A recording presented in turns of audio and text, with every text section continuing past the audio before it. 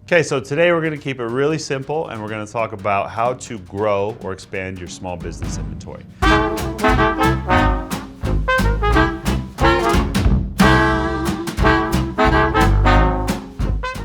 So first, the question you should really be asking yourself is, do you have to? Really? Because there are still a lot of options out there that could make the best use of that space that you currently have. Whether it is reorganizing your layout, maybe you need to not have quite as many items on hand and run a little more lean, although that also has its disadvantages at times. Or you could even make use of things like drop shipping, where you are allowing orders to come in and a third party is fulfilling those orders from their warehouse.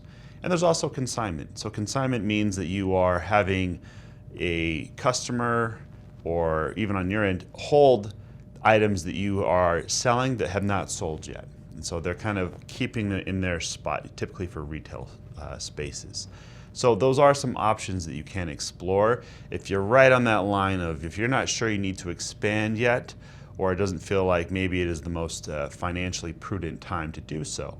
But let's say you do need to expand. You're finally moving out of mom's basement or that warehouse or the garage or wherever it is, and you need some more space. Traditionally, we always think, well, obviously I need to move into a new space or I've got to build onto what I have. But know now with technology that you can make use of what you still have and maybe rent. There's a cheaper place in town that'd be better and more cost effective than building or buying a new spot. Because with software, you can make use of multiple locations to keep track of everything. So that everything, it doesn't matter if it's like across the street, in another state even. With software, you can keep track of everything that you have and it's all in one hub. So regardless of if you have an East Coast and a West Coast warehouse, maybe one in the middle, you can all know what each of them have and they can speak to each other in real time. Now, the advantage of some of this is you are not limited by your geography now. Let's say that you are expanding your business and you got a lot more East Coast customers than you thought you would and you need to actually move a warehouse closer to that region.